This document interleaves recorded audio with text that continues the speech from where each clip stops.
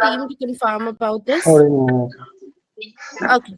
So, hi everyone. Let me introduce myself. I am Lavisha Basantani. I am the head HR at DIYguru.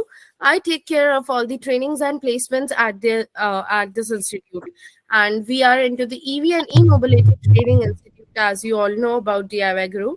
And today's session is about the future is electric, exploring careers in electric vehicle technology. This is the topic for the day, and we'll be starting the session within 5 minutes. Thanks for joining. And if you have any questions, if you want to interact something, if you want to have any clarifications to your doubts, you can ask in the Q&A session, that is for last 15 minutes.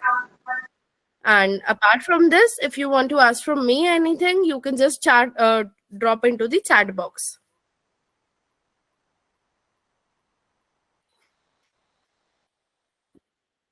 Yes, David? I'm sorry. I wanted just to put an emoji. I It's okay. raised It's my okay. hand instead. I'm sorry. No issues.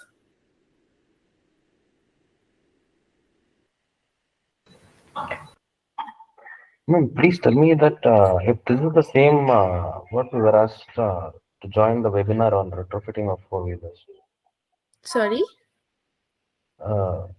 Is this session regarding the retrofitting of four-wheelers? Is it Yes, this yes, is the it webinar? is. It Okay, is, yeah. fine. So our speaker will be joining soon, and I guess by 7:35 we'll be joining the session. Till then, can I please know from where are you guys joining today? You can drop your city, your country, your state, anything in the chat box so that I can know. I am from Delhi. Delhi is the headquarters of DIYguru, and you Hello, can ma'am. Delhi. Oh, Satyam. Hello, ma'am. Satyam, are you the same person we met in noon? I was taking the session. Yes, ma'am. Yes, ma'am. Okay, hi, nice to see you here. December, Bangalore, Pune, Bihar, Algeria, Chennai, Indore. Oh, my hometown is Indore. I'm from Indore, basically. Andhra Pradesh, Varanasi, Delhi, Hyderabad. Okay, we have students from Pan India, I guess. Very nice. Bhopal, Andhra Pradesh, Jodhpur, Uttarakhand. Okay. Nigeria. Very nice. Ma'am, Nagpur. Oh, there are so many chats I can't read even. Indore, where? Okay, I live in Indore near to Silicon City, at AB Road, and I'm working here in Delhi, Aurangabad. Okay, Solapur, Ma'am, Nepal, you're from Indore or Pithampur? Indore, proper Indore, AB Road, the way that goes towards Rao. Siva, yes, please tell me. Ma'am,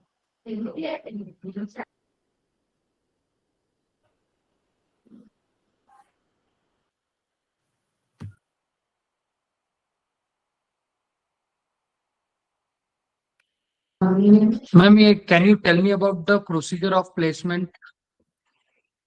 Procedure of placement. Okay, so the procedure of placement that we have here at the DIYguru is we bring down the opportunities for our students that is screened down by us. We either visit to the company or we discuss with the HR, and once it's done, we post the job description on our LMS portal, that is courses.diyguru.org. And from there, you can access to the jobs, whatsoever you are interested in. You can just apply to it. We'll be screening your resume. If your resume is having any shortcomings, like it's not good in format, or we need to change the photograph or LinkedIn URL, anything, I'll be reverting back to the mail itself. And then we'll be sharing your resume to the recruiter. They will be continuing ahead with your interviews and all. Okay, so if anyone is there from DIYguru team, do we have the speaker with us? Can I transfer the call to him?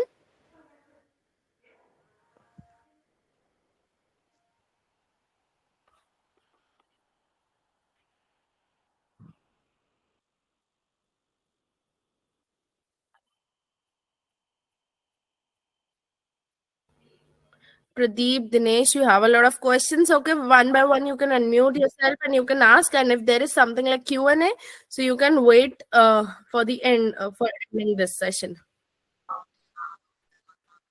So what are the opportunities for the placement for working professionals? For working professionals, we also do have opportunities. The ratio you might consider between 60 to 40. 60% is for place, 60% is for freshers, and 40% is for experienced.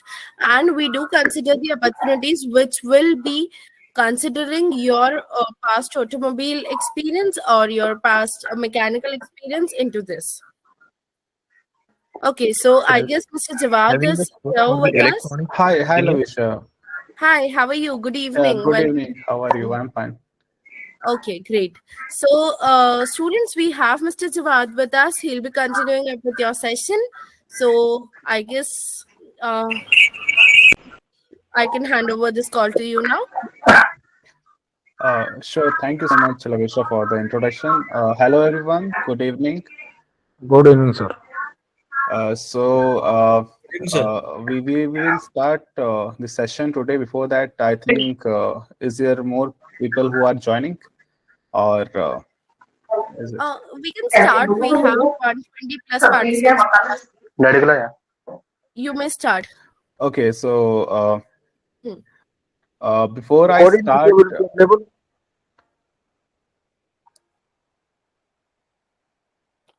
Lavisha ma'am, Yes. ma'am, recording video will be available after the completion of session. Recording is done, but is it shareable or not? That my team will discuss and will let you know. Till then, at least I guess we should start with the live session because he is here for a limited time. So I guess we should utilize it first, and then we can discuss everything into the Q&A. That would be in last 15 minutes. Yes, please. Sorry for the interruption, Mr. Jawad. Dinesh, no worry. You can connect me on LinkedIn. I can, if there is any question, I can answer you. So we start with the session today, and I will share my screen. But before that, I think all the people who have joined today's session, it is more regarding the retrofitting and about the EVs. And I think you all have the knowledge of EV basically, because if somebody is not with that, then it will be a little difficult for them to understand what exactly this this industry is. So I will share my screen and hope you will get good knowledge and good clear, I can say, the tech, what exactly it is. Sure, Rafiq, I will tell. I will tell all the things. Let me share my screen. I can tell you what exactly today's session will be about.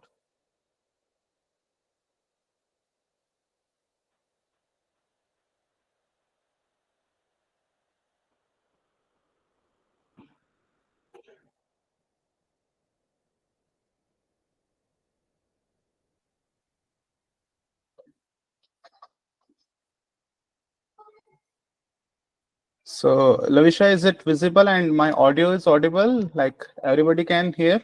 Yes, you are perfectly audible and your screen is also visible. Okay, if somebody lost me, please let me know. Maybe there is network issue. So is it visible? So I'm sharing my screen. So today's topic is about the retrofitting of the four-wheelers. And if I tell you about what exactly it is, I have to just go with the very basics. What does a basically EV mean? Everybody is comfortable in English or Hindi? So I will go with both to get things more clear. Sir, please prefer mixed language. Oh, sure, definitely. मैं दोनों के We साथ can करता mix हूँ the ताकि- language because we do have national plus international students, so Yeah, everyone would be able to understand. Yes. That's why I just saw. Yeah. English would be okay for everyone. Yes. So the today's session the content, the table for content for us today is that what does the EV basically means? What is the retrofitting? Retrofitting, how it is come into the market, how it come into the industry. We can go with the overview of the IC engine to the electric, because retrofitting is more about the existing vehicle to converting it to electric. So that is one thing.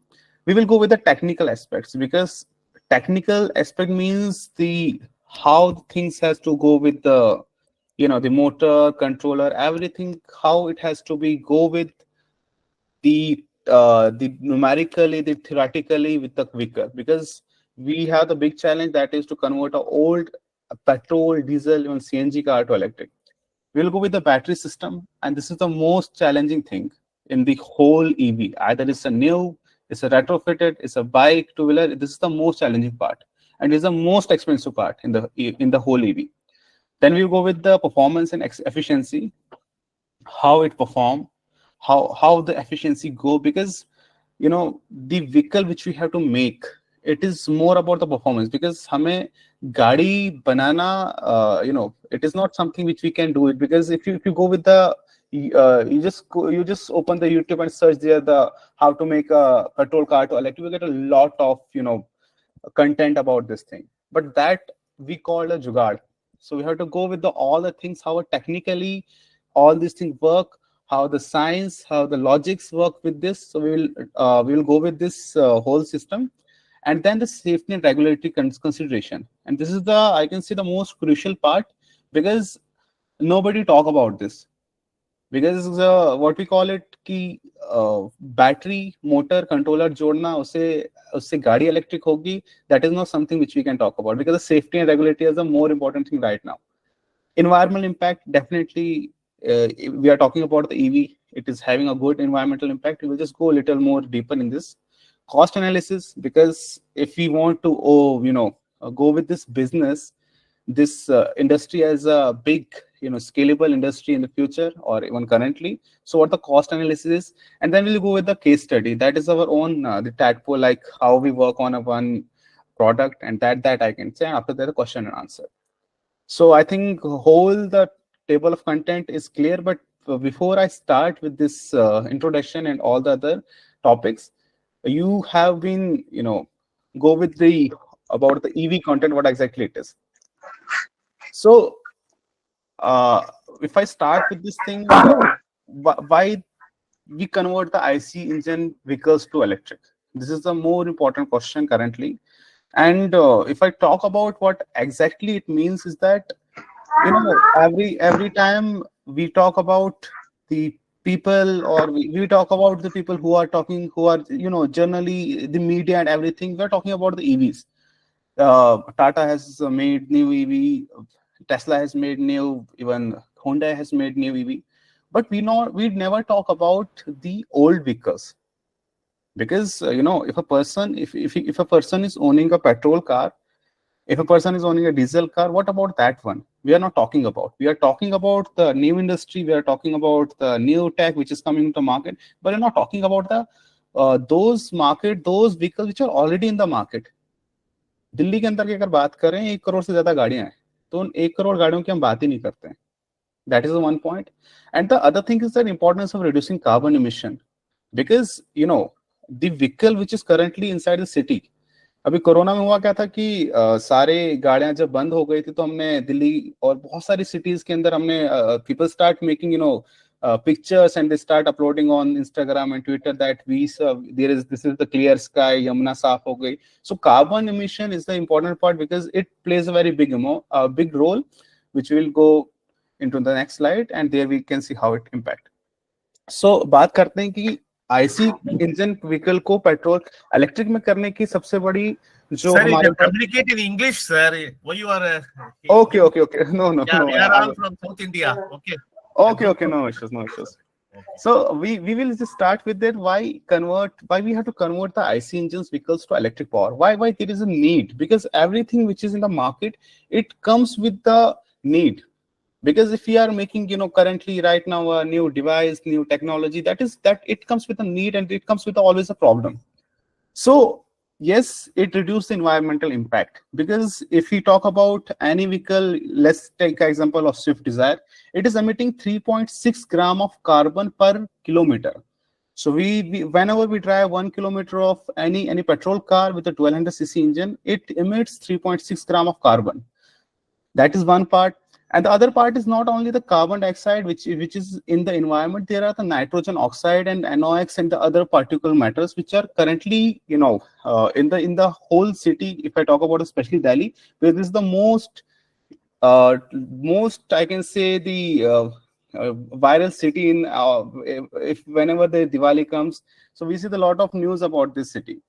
And the energy efficiency, because if we compare it, the other part is the energy efficiency. If we compare it with the petrol to the electric, we see a big difference, because it is a very logical, it is very, you know, I can say you have all the people have experienced this thing, that electric cars, electric vehicles, either it's a two-wheeler, three-wheeler, four-wheeler, they have much power and much better efficiency than the fossil cars.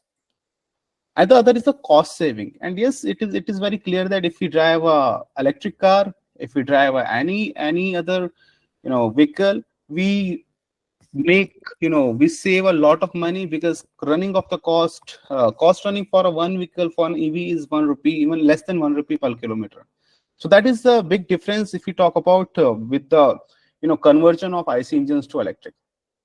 Then another point which we have is that the quiet and smooth operation, because the vehicle which is in the petrol, diesel, they are making a lot of noise. When we convert it to electric, they are very smooth and they are quiet. Basically, whenever I talk about the EV and whenever I talk about the retrofitment, these two are the same. You have to always remember this thing. Retrofitting doesn't mean, you know, it is some new tech. These both are same. Only the difference is the chassis. In the new EV, you have the chassis there. In the retrofitment, you have the chassis, you know, already there. In the new EV, you have to make. Only difference in this technical term, I can say. Energy efficiency is definitely there, because it is the, you know, the electric motor are more efficient than the combustion engines, and the significant amount of energy, significant amount of you know, production of electricity compared with the burning of fossil fuels is more. So we can have a better efficiency energy in terms of the in the terms of reduction, in the terms of the power propulsion, and the energy independence and security, because electric vehicles can provide powered with a variety of energy source. Because, you know, if I talk about the IC power car, there are three options: petrol, diesel, and CNG. Even, you know, some LPGs and other gas we can have. But in the electric motor, if I talk about EVs, we have a lot of options. Yes, the source is electric power, but we can get it from the solar, we can get it from the wind, we can get it from the hydro, we can get it from the coal, we can get it from the nuclear. So these are the different kind of independence, because we are not dependent on one kind of fuel. And the technological innovations, because in the EV we have a lot of tech. If we talk about from the past 10 years, we have seen a lot of difference in the EV, especially in the tech part. We started with the single gear, we have the four-wheel drive, we have the crab walk kind of vehicles, we have the lot of tech. We started with the, if I talk about in India market, we started with the 48 volt. In 2013, Reva came with the with few EVs which are E20. Mahindra Reva, then Mahindra bought it in back 2014, I guess. So they came up with 48 volt of system. So we have a lot of technological innovations. So these all things which I'm talking about, it is basically why there is need, because anything in the market, it comes with a need. Without need, without a problem which we have to solve, these things never get, you know, mature, and the things never get a big opportunity.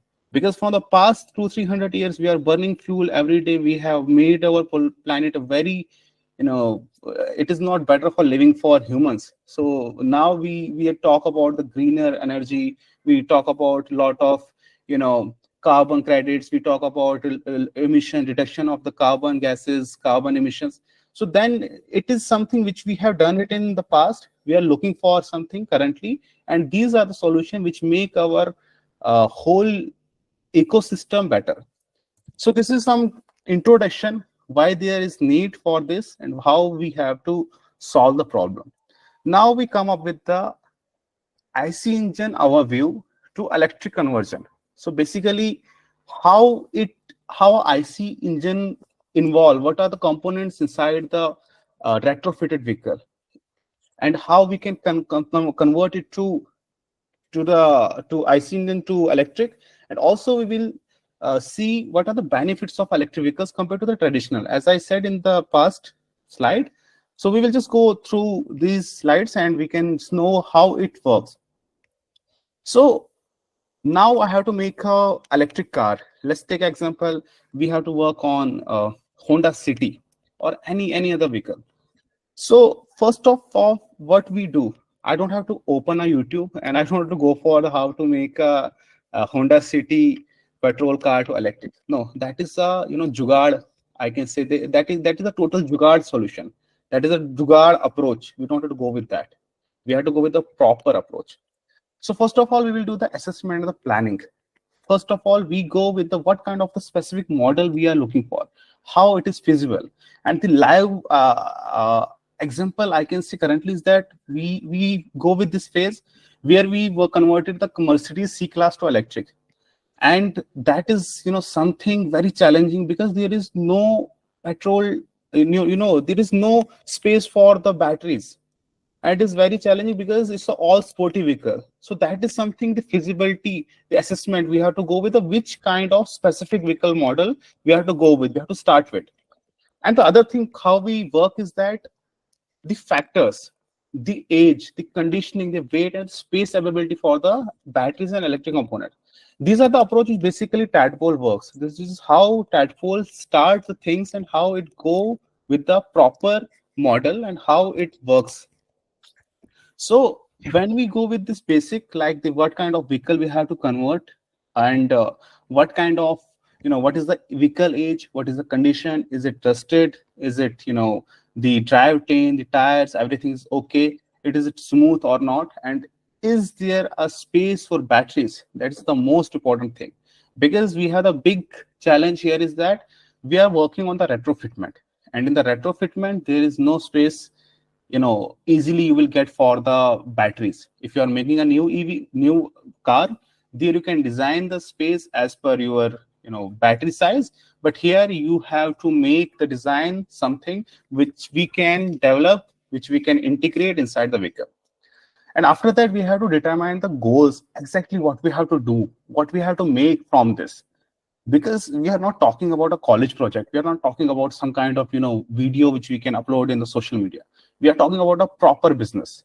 And going to the component selection, I will just go with my what I do, what basically Tadpole do. So I started Tadpole projects in 2020, and till now we started with a vintage retrofitment. So we converted the first vintage car to electric in IIT Delhi, and after that, till now we have converted 15 vintage car across the country, and also recently we have worked for the Indian Army and delivered the gypsies to them. And this is something first time in Indian Army, the one startup has given this kind of solution. We also give our solutions to national parks, and also we had a big collaboration currently with the fleet operators. And we were also a technical partner with the Action Construction to develop 30 ton of electric crane. We are not the first one in this market, but yes, I can say we are the first one who started the new industry, new approach with the good results. And we have the challenges every day, and this is I'm just talking in this session. I'm talking about how I think how Tadpole work and how we take this thing, work on a model, and how we take things very. I can say the clear manner in a particular steps to make it a sustainable, viable, and scalable business. So coming back to the component selection. So component selection, after that, when you have the assessment and planning, which kind of vehicle we have to go with, and then it comes to the component selection. And there is the main important thing. You have to select an appropriate electric motor, which means there are a lot of options in the market. If I talk about the motors, if a person, many people know about the motors, but for the other people, I can just give a very small brief about the motors. A motor is basically which converts the electric power to mechanical, and there are a lot of options in the market. Usually for the electric vehicles, we go with the induction, we go with the BLDC, we go with the PMSM, and currently the SRM is in the market. So these are the latest tech which I'm talking about. Although it is a very vast project, and you can read it on Google, and you can have a better knowledge from that. So once the assessment and planning is done, we go with the motor. What kind of motor we have to use, what kind of size, what is the desired performance characteristics. So if I have to work on the Honda City, so first of all, from my mind, I have to make this Honda City either better than the petrol Honda City, or I have to make it similar to the electric Honda City. So first of all, that thing has to be very clear and sorted. It is not something which we are making Honda City to a e-rickshaw. So that thing is very clear. And after that, the second thing is what kind of range I have to go with. If I go currently in the market, if I compare my vehicle, with for like a Honda City, if we have to make it electric, we will go with what kind of the nearest electric vehicle which come into this radar of sedan. So Tigor is there. We can have when Mahindra Verito is there, e-Verito. So there we can have a range of 130, 160 kilometer. Like in between, we can have the range. And the same we have to go with, because if we can't give the better, but if we have give the similar range which is currently available in the market, because the customer acceptance is as per that. So we'll choose a sustainable battery pack which provide a sustainable energy capacity and the voltage and the range definitely. And here is one more twist. When we talk about the battery and we talk about the motor, so motor we have the PMSM, induction, the SRM, BLDC. In the battery pack we have the lot of choices. Like definitely we will go with the lithium pack, lithium battery. But in the lithium there are LFP, NMC. There is one more chemistry, LTO, graphene. There's another chemistry. It is not from the lithium, but in the lithium there are these chemistries which we have. The options are, so we have to go with that. And voltage, why there is the voltage I have written here, the voltage plays a specific role, because if you go with the let's take example of Tata Tigor, we have the 72 volt system there. If you take an example of the new Tata Tigor which is in the market, even a Tiago, there the voltage is 384 volt. Now the question arises, the same vehicle with the different voltages, how what does this mean? It is very basic. Like you go with the the losses is in electrical terms, we talk it is equal to loss is equal to IR square, sorry. So basically it is the more current come from the flow from the wire, the more it get heated. So voltage play a very big important role here. What kind of voltage we have to choose? So we choose with the 72 volts. Then we have to go with the components. What kind of controller we have to go with? What kind of charging system we have to go with? So our approach here, when we have to go with the component selection, we have to very clear that we have to work same what a OEM thinks. We have to make a vehicle which is already in the market, similar to that. Below that, there is no sense to making a vehicle, because customer perception is something you will deliver him a brand new vehicle with that performance. So below that, there is no sense to make a car electric as a commercially. Then we talk about the integration and installation. So the integration installation is a very important thing, and it is something which where your designing skills and to be very honest with you, whatever I'm talking here about the assessment, about the component designing, it is not a one-person game. It needs a different domain of people who can work on the different parts, who can work on the different things. But yes, you can have the access and the knowledge of all the things, how it works basically. So the integration installation is basically how you can integrate motor with the gearbox. You have to run your motor, your vehicle on the same gearbox, either you have to make a new gearbox, and either you have to make the direct shaft. So in our case, in the Tadpole case, we run the vehicle currently on the manual gear, and the reason for that is that for the gypsies which we deliver to the national parks and Indian Army, there the need is that they want a 404 transmission there. So for that we use that gearbox. We integrate that gearbox in a very similar way how engine behaves. Our motor mimics that thing.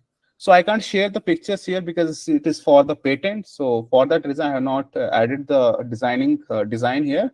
But you can I can give you the idea in the upcoming slides. And about other things that chassis part, that how we have to modify the chassis, because it's a packed chassis where we have to cut, where we have to put a drivetrain, where we have to put the batteries. That is the important, very challenging part. Because let's take example that if we have to install a 23 kilowatt of battery, which means 72 volt 300 Ah. So where we can place that battery? Either we have to space there. No, there is no space. So how we can install? There the designing come. You have to go with the designing part. Where we have to place that thing. You have to go with the 3D. We have to done the 3D of the vehicle. Then in the SolidWorks and in the basic software is the SolidWorks, where we can just go where we have to exactly place. The designing is done by us, because in the market there is no batteries for the four-wheeler which you can get easily. So you have to go with a good battery player, and you have to design by yourself. Then it comes with the wiring and the control system. And this is something where every people, they just, I can say, miss this part. It is something kind of an English paper in the board exam where people think we can get, we will pass it very easily.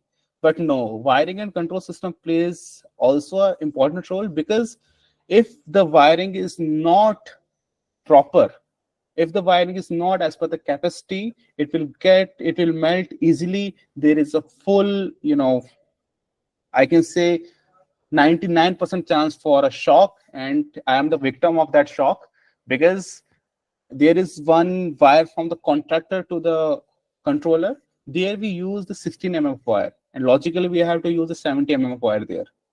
So that wire melt, and I get the shock when I open that box. So that is something why I'm talking about the harness, because in harness is something when a motor is at the full peak power, when you are just drawing the full peak from that, there the motor behaves double of its capacity, and the flowing of current is at the very high rate, and you need that thing. The wiring is definitely as per the calculations what you have to go with, and it is not only for the motor, it is for the battery pack and the other subsystems, because it controls and ensures the functionality of the performance. We are talking about the EV, and the wiring is the backbone. And then it comes the most important thing which I mentioned earlier, that is safety and compliance. If you have to make now the question arrives here that, okay, there are a lot of players in the market who talk about EVs. We make the electric car. In the YouTube, you see a lot of players, they said, okay, convert your car to electric. This is the battery, this is motor, I have done this. But when you make your vehicle to electric and you just, take it for a drive, your vehicle will get seized very easily. The reason is it has not done the compliances. Any vehicle, any kind of car, vehicle, anything, four-wheeler, two-wheeler, if it is in the Indian market, also in the other market, European market, UK market, they have to go with the safety and the compliances, which means they have to go for the homologation, the certificate part, which in India, it has been done from ARI and ICAT, and then there are a lot of other agencies also, which take a lot of money. So the vehicle you are making, it has to be as per AIS 123. You have to, follow all the ISO standards. You have to follow all the tests. You make your vehicle, you give it for the ICAT, ARI. There you have to give the 20 lakh rupees of fees per model. And then you will get a certificate that this vehicle has been certified under the ICAT and ARI. And then you can register your vehicle under the RTO. Here, most of the people fail. Because we make the car electric, for the IC engine, there are 30,000 parts. And for a electric engine, electric power car, there are only 10-15 parts. So anybody can make, for the even engine, there are, 500 crore, 1,000 crore of investment to make a one engine. And for the motor, there is no, you can get it from any big player or any good player. So making electric car, it looks very easy, but when it comes to the safety and the compliance part, here everybody fails. Because you have done the jugaad from the starting, and here jugaad don't work. Here, your engineering, your calculations, your performance, even a single switch you have used, that works. And when you've done the compliance part, then it comes the performance testing. And now it comes the another big part. That is, in Hindi we call it doodh ka doodh, pani ka pani. Because customer is a judge. You have spent a lot of money. You have spent a lot of time. You have choose one model. You come with that part. But then customer is going to use that part. Like you have to sell that car. You have to sell, you have to make your customer car to electric. And then the customer is your king. He decides, is this vehicle worthy or not? If the performance is not good, if the testing optimization is good, now it's a failed product, although you have done the compliance or not. So from the starting part, from here, assessment and planning, this is, I can say, 80% of your work. Because without that, all these steps are, doesn't make any sense. And when you do this performance and testing, then it comes another part, which is the documentation and certification. And this is something which go with the RTO level. Because when you go with also the RTO level and with the customer level, after getting the ICAT and ARI certificate, you have to register your vehicle at the RTO level. From where a state, district level, RTO can register your vehicle with a new number plate. And there is another category called XEV for the vehicle which you retrofit in the government with the the gazette which has been released by the government, AIS 123, which is the compliance basically. So there in the gazette there is very clearly mentioned that the vehicle which you convert, they have given the new name for it. It is called the XEV. XEV, why? Because it was first petrol. Now it comes to electric. So it's a XEV category. So retrofitment basically means the XEV category as per the government rules. And once the certification, the registration, RC is done, then you have to go provide with the basic knowledge to the customer, how the component specification, the logbook, the book in which all things are mentioned, the wiring harness, the component selections, the necessary and the certification regularities, all the things have been covered in that. So when you go with all this thing, now customer has taken the vehicle is good, the performance is good, the compliance are done, then it comes another important part, that is the maintenance and support. And we are in this country where the people need the value for money. If there is no maintenance support, still your product is failed. So you have to go with the proper maintenance, proper support. You have to go with the tracking of the vehicles through IoT.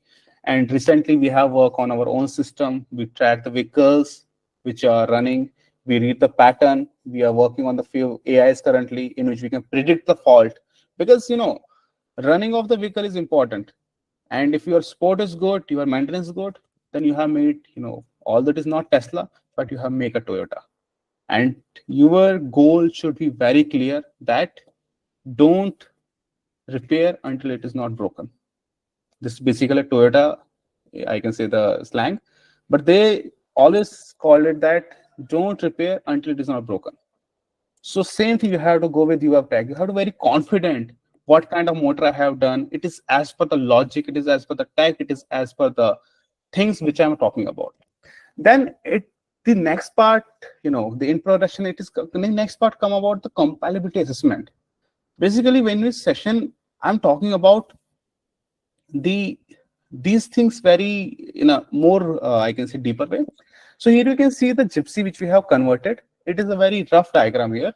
It's a very SolidWorks 3D. So you can see here that this is the motor here. If you can see my cruiser here.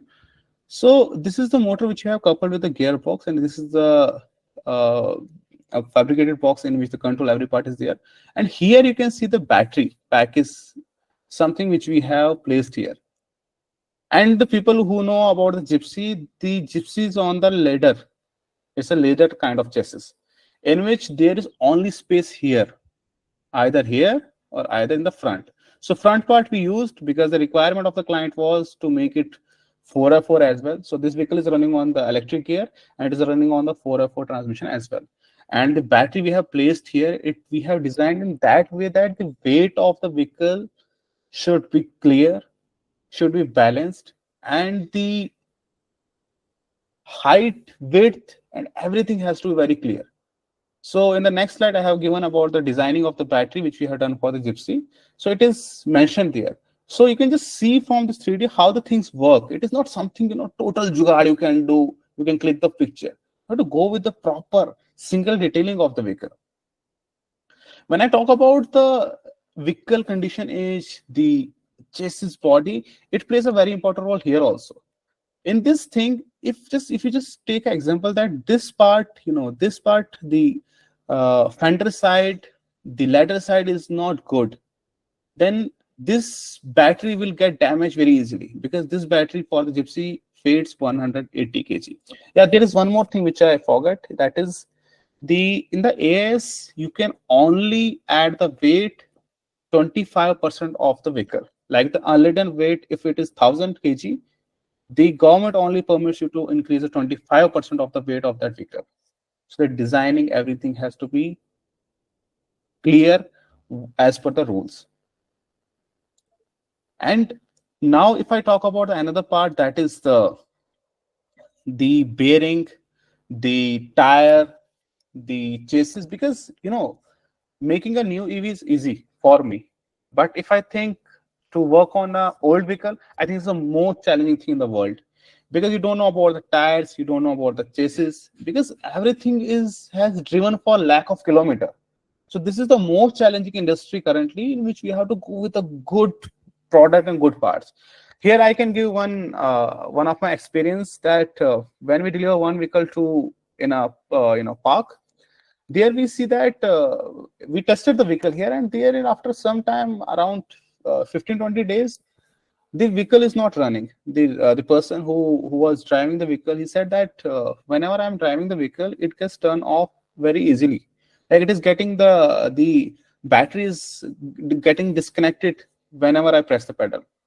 So the maintenance support part, there it came. So we were very surprised at how this thing is coming up. We have tested the vehicle.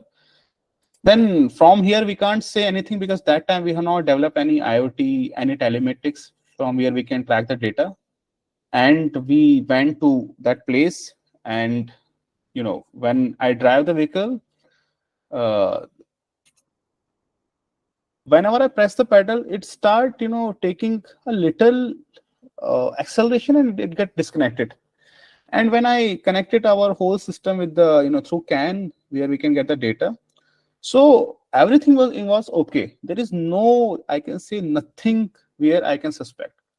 We check the whole battery, whole motor, whole controller. We are not getting the fault where it is coming from.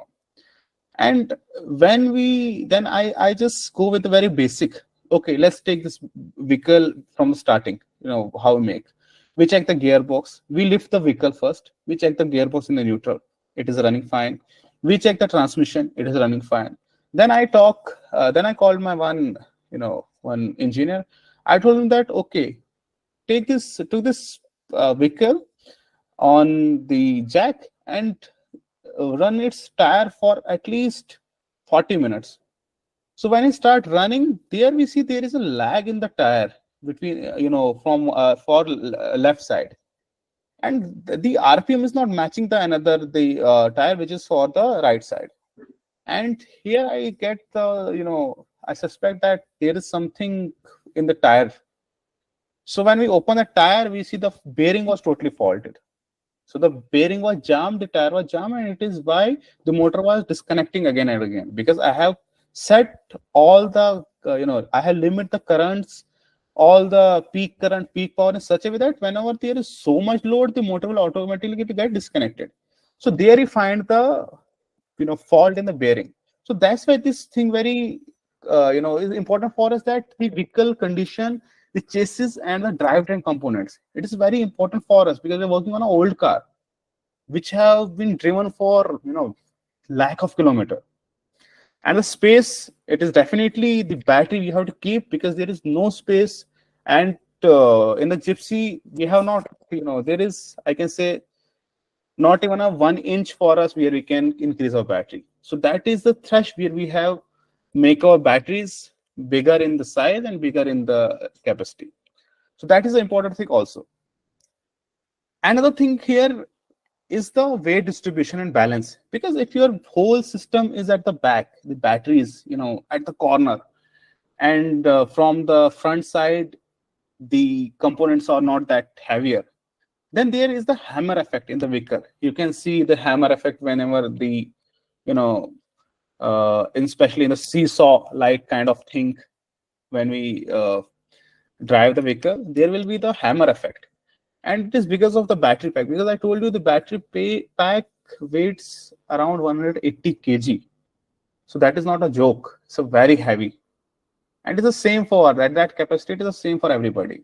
So that is something which you have to go with the distribution of the weight, because you have to check my CG, center of gravity, is good, my rolling resistance is good. Is it, making worth to make it electric with this design, or is it, something, a burden I have put it on the body or on the vehicle? Another is the drivetrain configuration.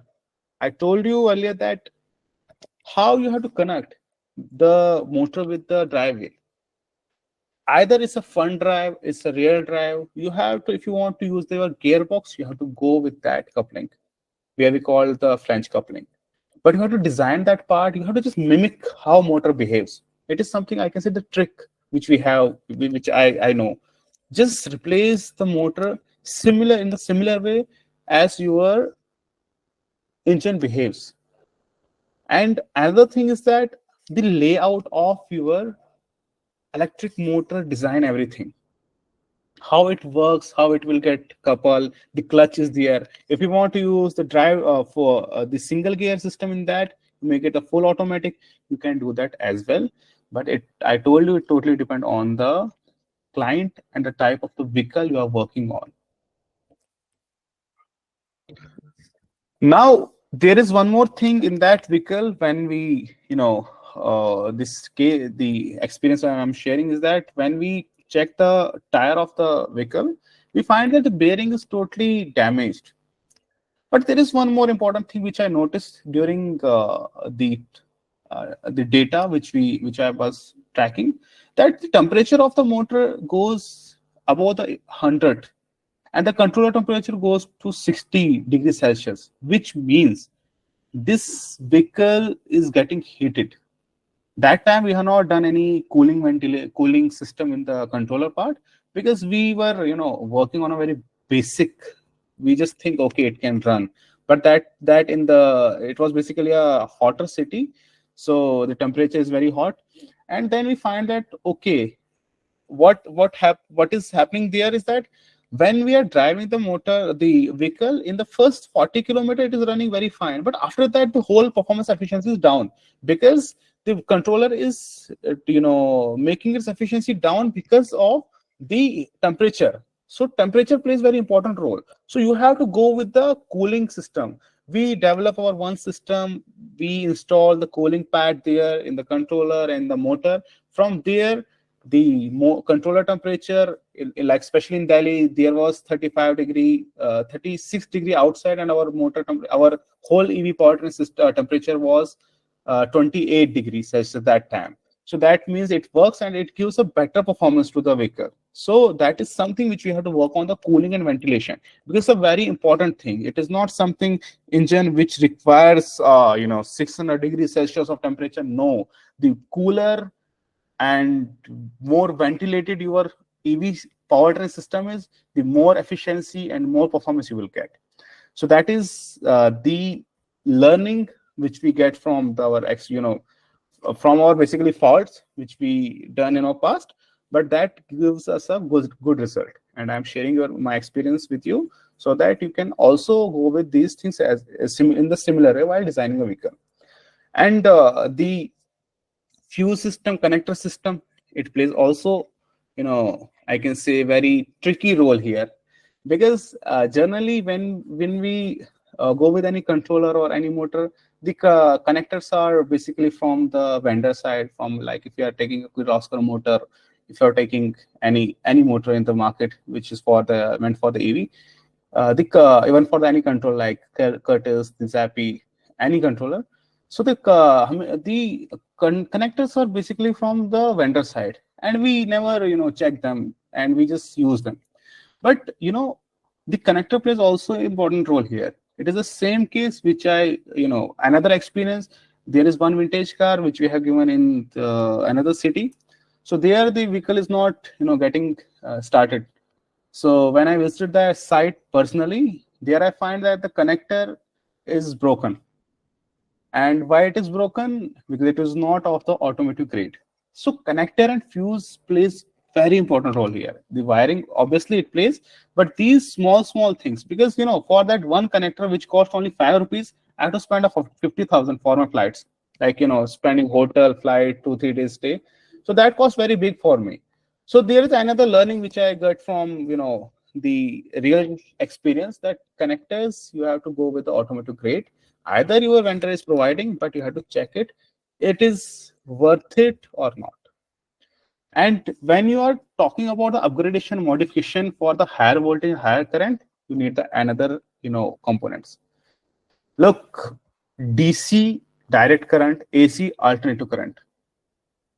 If I talk about which current is the more dangerous, the answer is DC. But if the voltage is high, in the AC you will get a chance, you get free. But for the DC, it will just make your total, I can say, it will make a person total melt into a whole, in a carbon state. The DC is very, and in the batteries we are using the DC batteries at a higher voltage. So the component, the protection for that, you have to go with that. And if we go with the back data, we saw a lot of news about the 2-wheelers, 4-wheeler, that the battery are getting short, the fire incidents. So there the BMS plays very important role. So look, in this session I'm not going with the component level, what kind of component we have to use, I'm just going with the real world challenges, the integrations, and how we had to go with this whole ecosystem. So then AIS 50048 was there for the battery. Then it comes with the 156, where you have to make your vehicle battery more better. You have to take the consideration, the cutoff temperature. You have to ensure all the safety check. The AIS which I'm talking currently, just write down all the AIS. You can get these automotive standards AIS very easily on Google Internet, and from there you can check better for your knowledge, and you can see what kind of changes the government has made. So it's a AIS 156 for the batteries currently, and earlier it was 048. You just go with that. And for the retrofitting, it's a AIS 123. So these are the AIS which you have to follow for your any vehicle. Like AIS 123, which part, sir? Part 2. So these are the standard which you have to go with, because this is some kind of a, I can say, the procedure. Like if you have to make a biryani, so the procedure is you get this kind of rice, this is a jeera, this is ilachi. So you just mix all the things in the starting. You said my biryani will, I will get the Hyderabadi biryani. So that is not the way you have to go with. So this is the similar way for the automotive standards which you have to follow. What kind of wire, what kind of sockets, what kind of switches, the battery, the motor, what kind of test I have to go with. These AIS clearly mention all these parts. So the cost benefit analysis, definitely we have to, I will talk about this in the next slide also, what kind of things we have to go for, because we are talking about a tech, but we're not talking about the money, because whole science, you can be a good engineer, you can be a good designer, but if your product is not hitting the roads, if it is not available on the road, if people are not liking it, then it's a total failure. Either you make a rocket. So let's now take the motor selection part. How we have to go with the, what kind of motor. Many people think about what kind of motor we have to choose, because I told you that there are a lot of options in the market. There are, I can say, the PMSM, PLDC, induction. So if you go with the earlier in the starting, we find that induction motor everybody use. Why? The tech is mature. And look, just remember this thing, always go with the mature thing for your full-fledged product.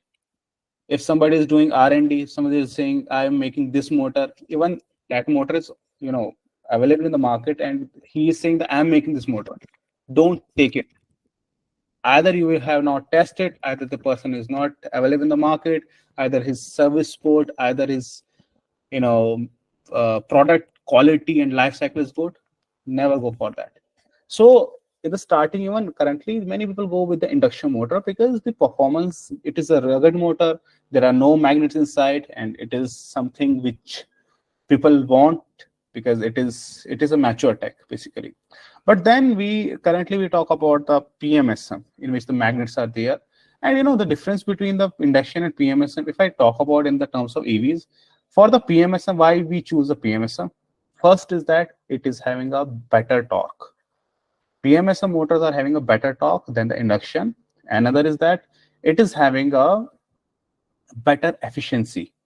So efficiency means it is 90 to 93% efficient, and induction is 85, 88. So in the electrical, 1% efficiency makes a big difference.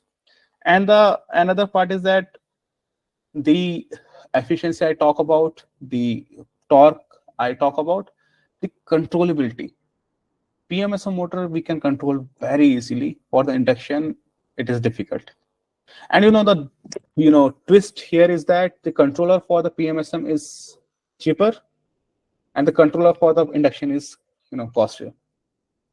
If we go with the example, if induction motor like a 15 kilowatt of motor cost 50,000 rupees, and the 15 kilowatt of PMSM motor cost 80,000 rupees, and the controller for the induction motor cost 1 lakh rupees, and the controller cost for the PMSM cost only 25,000, 35, 40 maximum. So this is something which is in the price side, but yes, PMSM is having a better torque, better efficiency, and better we can control that. But the only demerit in the PMSM is that it uses the magnets, in which makes a one more, I can say, a warning here, is that when I talk about that, when we visited the place, we find that the control motor temperature is 100 degrees Celsius. When the magnet goes above the 100 degrees Celsius, your magnet will get demagnetized, which means the power is totally dropped. So for that, we have to go with the cooling part. So I have to make my whole vehicles ventilated. We have to add the cooling so that our temperature range is within that radar, where we can control, where we can make our shell life better, and where we can take a better efficiency and performance from the motor. So for 100 degrees Celsius in the PMSM motor, the magnets are okay, but after that, it is something which the heat will demagnetize a magnet. And in the induction, there are no magnet, then there is no worry for that. So this is the big difference currently, but everybody, and even the PMSM is more smooth and very soundless. And this is something which I talk about from my experience, and this is something which I talk about in the technical term. And now let's take an example. If we have to go with the Honda City, so Honda City, for that I have to go with the first weight. What is the weight? Okay, it is the 1000 kg. I'm just taking an example. It's a 1000 kg unladen weight, which means there are no people inside the vehicle. So that is unladen. And GVW means gross vehicle weight, in which we kept the 5% and we just calculate the weight. Basically, it is given by the company by their side. So we have to first go with, when we talk about the motor, how to choose a motor, we have to go with basically the factor weight, then the desired acceleration. Because I told you that, okay, I want the acceleration of I started my career from a college project where I made a first electric car. It was where I kept the electric rickshaw motor back in 2019. But believe me, the acceleration was too bad. Like it was just slowly to start running, but the top speed goes to 60 km/h, but acceleration was not good. So the desired acceleration. And the good part about the EVs are that the acceleration is better than the IC. So you have seen a lot of videos where the Tesla truck is beating the Porsche, and a lot of better EVs are coming with the better acceleration. So the acceleration in the EVs are really good rather than the petrol diesel car.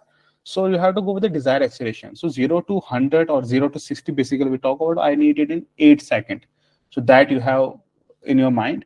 Then where my vehicle will use, okay, it is driving, we have to, like, this vehicle will go in city, this will go in highway, this will go at Ladakh. But this doesn't make a sense, because if you are making electric vehicle, if you are making a vehicle in India, then you have to make in such a way that if person is using it in Kanyakumari, if a person is in Andhra, he's using it in Ladakh, it has to be compatible with all the states, all the region and all the tariffs. So that is something you have to clear with your mind. Then we have to calculate the horsepower. There is one case study in the next slides where I have given the formula, which I used to how to calculate the motor battery. I'm just giving the literature part here, and we can have a look on the calculation part there. Then the torque characterization. So if I talk about the Honda City or Swift Desire, so the torque is that if you just go with the search in the Google that what are the specifications of the Swift, if I'm talking about Swift or Honda City, so there you find in the spec sheet the torque, maximum torque 110 Newton meter at the rate 2000 RPM. Here EV play a very important role.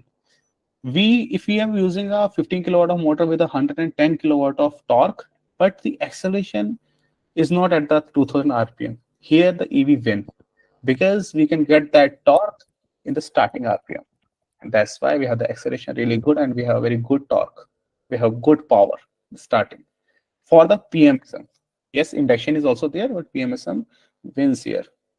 So that is kind of thing, the total horsepower, the total kilowatt, because we are talking about EVs more, we talk about the kilowatts rather than the horsepower.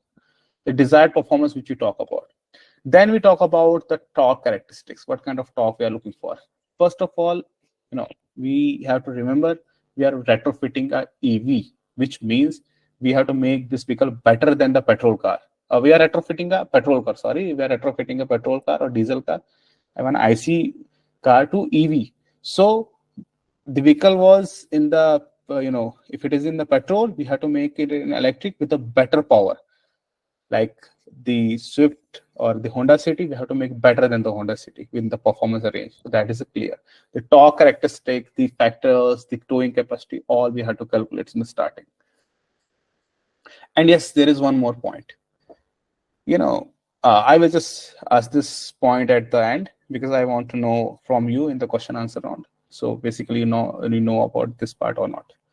So then the form factors. The form factor, basically the engine, the vehicle is designed as per the engine, where we have to place the engine, where we have to place the petrol tank. It is designed basically in that. Now, we are putting a soul into that body.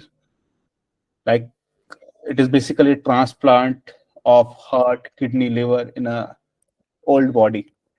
So we have to just go with that, considering those factors. Okay, this is the engine compartment. We have taken it outside. Here we can use a motor. What are the space we have to go with? And we have to work on the standardization. It is not something which we can work on every vehicle. Standardize the things if you want to go with a scalable.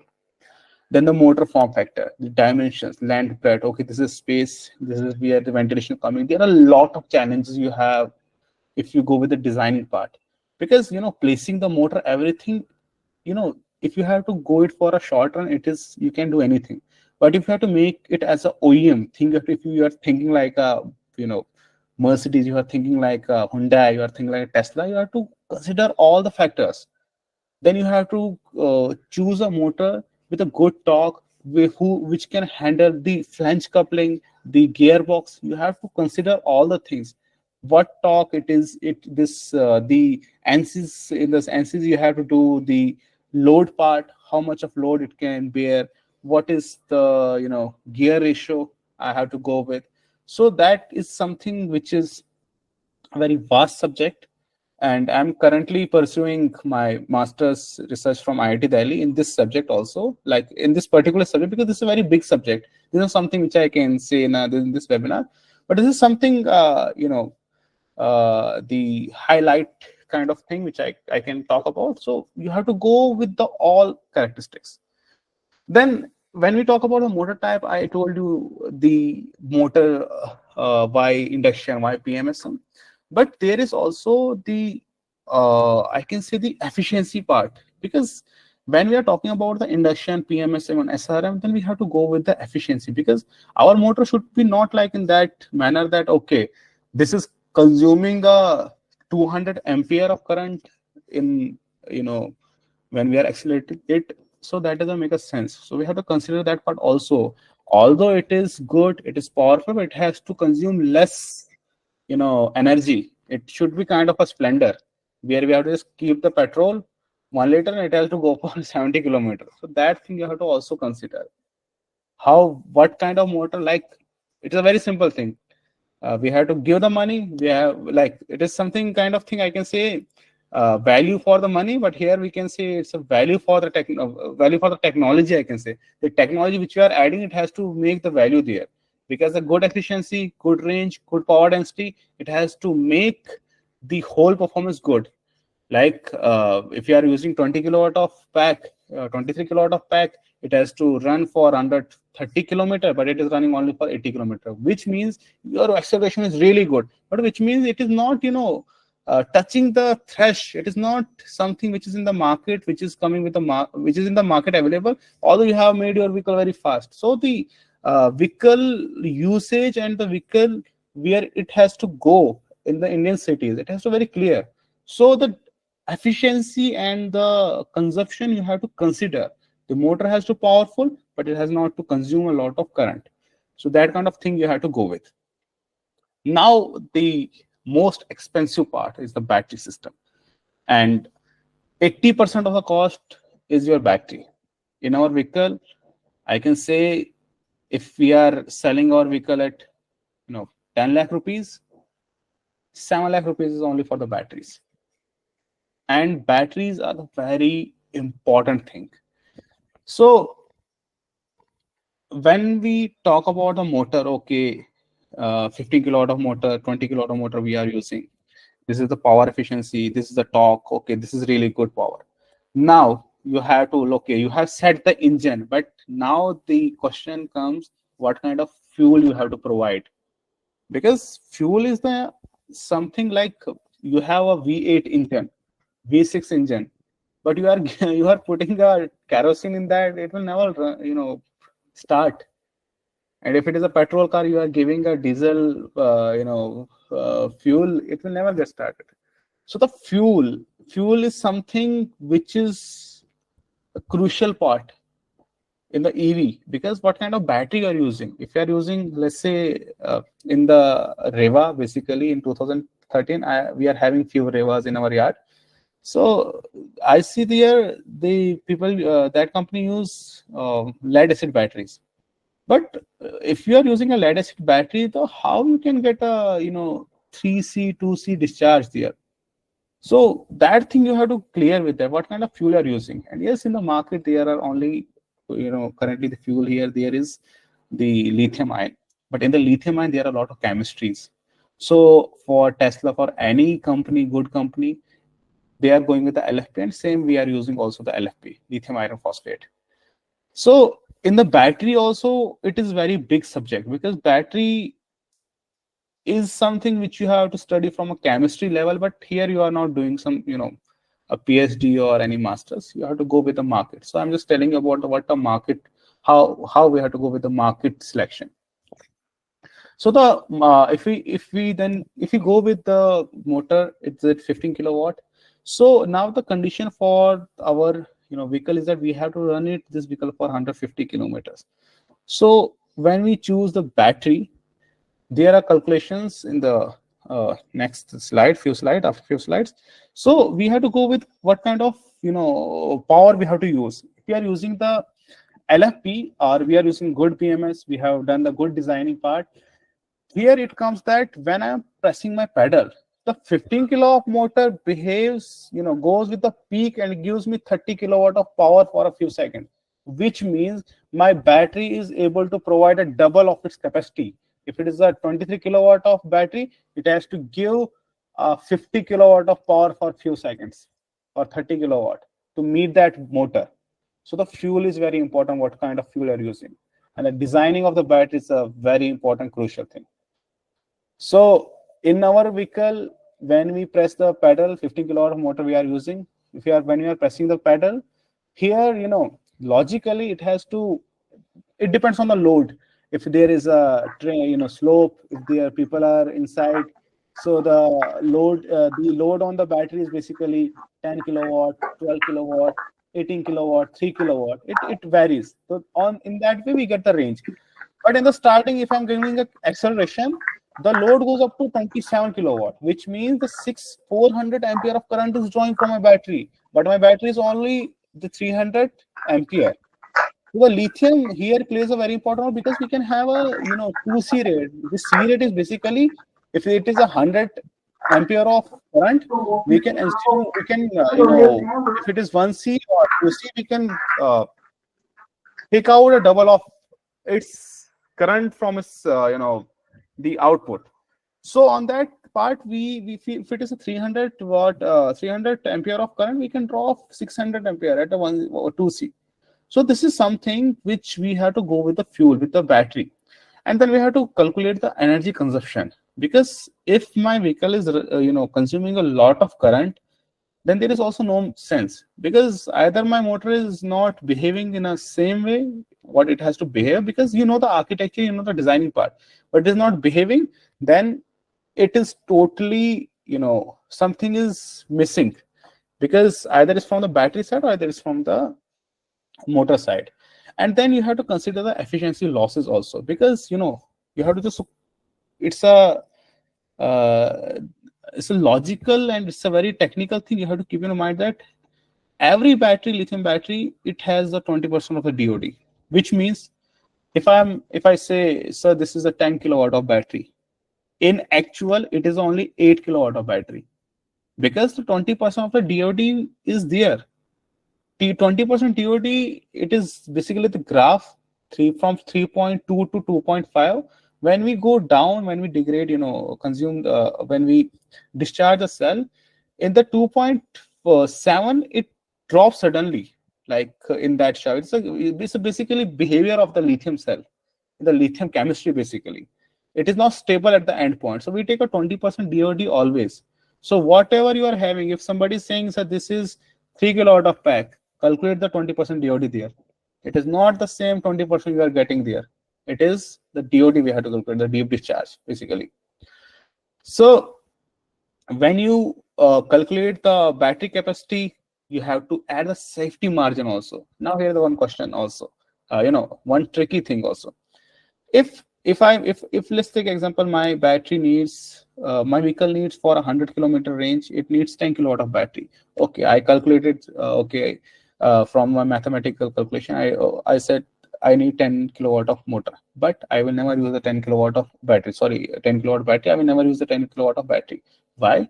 I use a 12 kilowatt of battery, because I have to take a margin of 20%, because my calculation says that it is 10 kilowatt, but there is DOD also in the lithium cell, lithium packs. So 20% I'm taking a margin to meet that thing. So in all the battery which you see in the Tigor, Verito, anywhere, if they say 23 kilowatt of battery, always calculate the 20% DOD there. And after that, then again AIS 156, the AIS 58, you have to go with, you have to see what are the safety precautions, what are the measures which government has mentioned in the automotive standard. We have to follow that. We have to choose a very particular BMS, because BMS is the most sensitive thing in the battery, because if you are choosing a wrong BMS, your battery will get fired easily, you will not get a proper output. So the BMS is very important. The designing of the battery is very important, and that is something which you has to consider in your mind. Here is the one example, like if the vehicle consumption is 250 watt-hour per miles, and the desired range we need is the 200 miles, and the efficiency loss is 15%. And sorry, I forgot one more point here, is that when you are calculating 20% DOD, but there is the losses also in your vehicle. in the retrofitted vehicle or even the new vehicle. The tire losses, the rolling resistance, the aerodynamic loss, you have to consider that part also. So if it is 12 kilowatt, you have to add a margin of 1 kilowatt also for that to meet up that all losses. So these are the losses you have to calculate. So here the total energy consumption is the vehicle energy consumption multiplied desired range, which is a 50,000 watt hour, which we have to require for a 200 miles. This is a very basic calculation we have to go. And if somebody wants to take the picture of this, you can take, because this is a very good formula you can use. And then we have to go with the adjusted energy consumption, which I mentioned that 50% of the efficiency loss we need. And here you can see the total energy consumption multiplied by 1 plus efficiency losses. You can get this formula very easily on the Google. These are not some rocket science, a very basic thing. So then required battery. Look, this is something 57,000. It's a 57 kilowatt battery which we required. But I mentioned that we have to keep up the battery, DOD, the efficiency also there, the efficiency factor and all the things we have to calculate. So when we divide the adjusted energy consumption by battery efficiency factor, which is 0.85, we will get the desired battery. Now you can see from 50,000, like 50 kilowatt to 67 kilowatt, which means the 17 kilowatt is added. So this kind of adjustment you have to do. It is not something 3 kilowatt you have to use kilowatt. No, it's not 3 kilowatt. It's like दिखता कुछ है बिकता कुछ है. So the better example is that हाथी के दांत दिखाने के कुछ और खाने के कुछ. So we are talking about 10 kilowatt, but it is not a 10 kilowatt. It is basically 13 kilowatt, in which we have calculated the DOD, we have calculated the losses, we have calculated the efficiency. All of the battery factor we have calculated. This is the range we have to, battery capacity we have to go with. This is our one battery design which we have done for the Gypsy. So this is we have done by ourselves the battery design. Here you can see the cells. We are using the here the 160. It is the cell dimension. Like this is cell which you get from the vendor. He gives you the cell basically data sheet in which the cell dias, everything is here. So we are using the prismatic cell in this. We are not using NMC. Tesla is using the cylindrical cell 18650. We are using the prismatic 100 AS cell. So this is a if this length is very large, it makes a trouble for you in the battery fitment. So your whole brain is total stuck with this part. How I can design the battery, where I can keep the battery. And believe me, without the experience, you can't do this thing, because this is something which you get with the experience. The battery BMS placement, the type of connector which you are using, the type of wire you are using, all these things you have to consider, and you can make the battery by your own. You can design it. And there are a lot of people, engineers who design the battery. Then in this pack, we are using the 69 cells. And 69 cells are connected in, it's connected in series. And it's a 25S. And we are having 72 volt, 300 Ah of capacity. And it's 23 kilowatt of battery, but it is not actually 33. We are only getting 18 kilowatt of power. So one more case here. And one of my worst experience, which cost me 25 lakh rupees of, I can say loss. When we are using the army project, there I calculated all the battery calculations. Okay, this is the battery calculation we need. This is something 18 kilowatt, 16 to 18 kilowatt. For client requirement was 120 kilometer with full load and with the full speed. So that is a achievable range. It is a practical range which I am talking about. And in the AR and ICAD, your range will be 200 kilometer. So even if it is you are buying any two-wheeler, three-wheeler, they always mention 200 kilometer range. There is STAR and ARI, ICAT, they have mentioned. So that is the lab report. In the actual, it is 110, 130. So I'm talking about the actual range. I'm not talking about any, claimed or lab range. So when I was doing the calculation here, then I calculated, okay, we need like 18 kilowatt of power. We use the 80 volt, 200 Ah of battery. And when we start, taking a trial on that batteries, we get 95 maximum of 204 kilometers of range. Actually, if you are driving very good, like a very systematic manner, the range was 104, maximum. And I was not getting how it is running. We have done lot of, test. We done, 30 cycles so that cell will get balanced. It will give the backup, but the results are not getting. At the end, I, doing a lot of brainstorming and, rectifying the error, why it is not giving us a range, what the client desired range. Then I rechecked my calculation. I found that I have not calculated a 20% DOD and the efficiency losses. I forgot that part, and that cost me 25 lakh rupees of penalty, because I have already quoted some price to the army, and then I have to go with a bigger pack. So actually it was not 16-18 kilowatt of pack. It was basically 15 to 14 kilowatt of pack, which was in the back, which was actually working. So now the 23 kilowatt of pack which we are giving, it is behaving as a 18. So this is very big thing which you have to keep in mind, because these basic small things cost very big for you.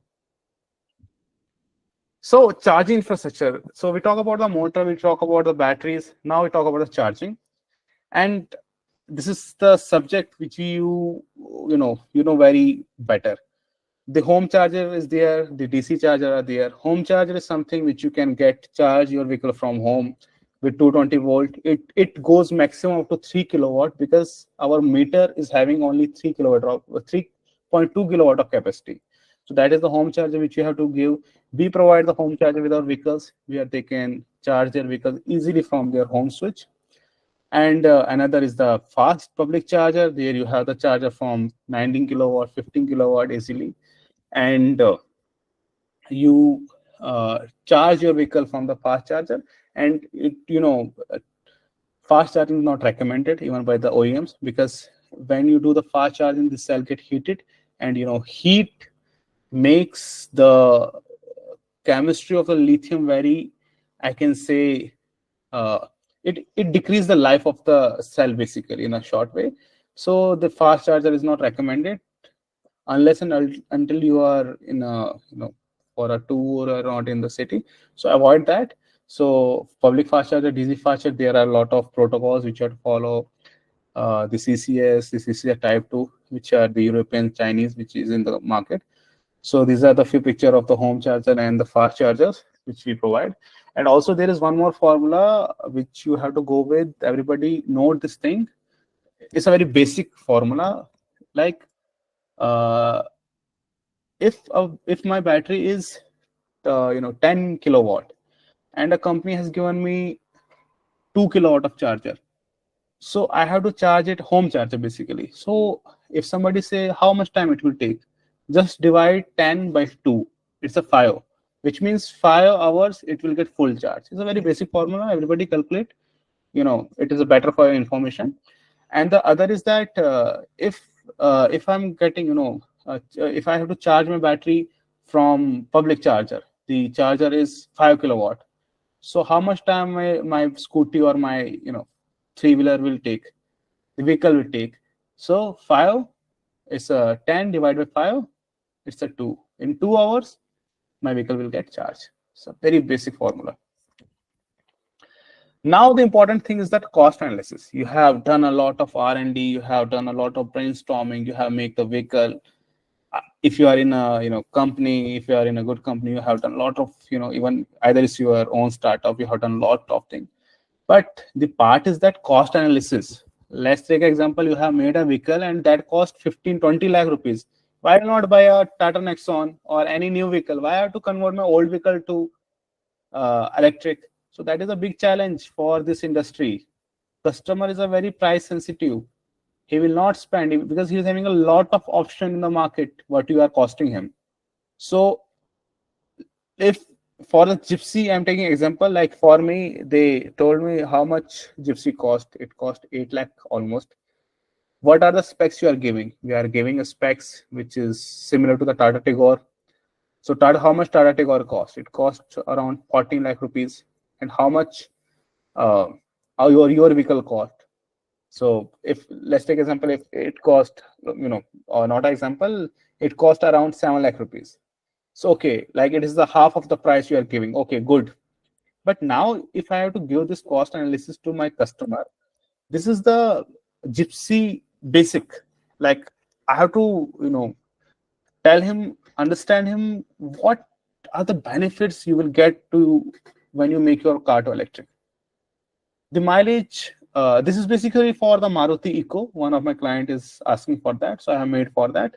It's not for the Gypsy. So for the Maruti Eco, it's 18 kilometer per liter mileage you will get. It is what company says. So cost for running 100 kilometers is 538 rupees. I'm just talking about 100 kilometer. Carbon emission is 2.6 gram per kilometer. So you can just calculate it. For 100 kilometer, it's 2.8 kg. For 1,000 kilometer, for 1 lakh kilometer, it will be in the ton. So you are saving carbon. And now there are carbon trading in India. You can sell the carbon credits. You have to register for that. That is another process. You can also search it on Google and we get a better data.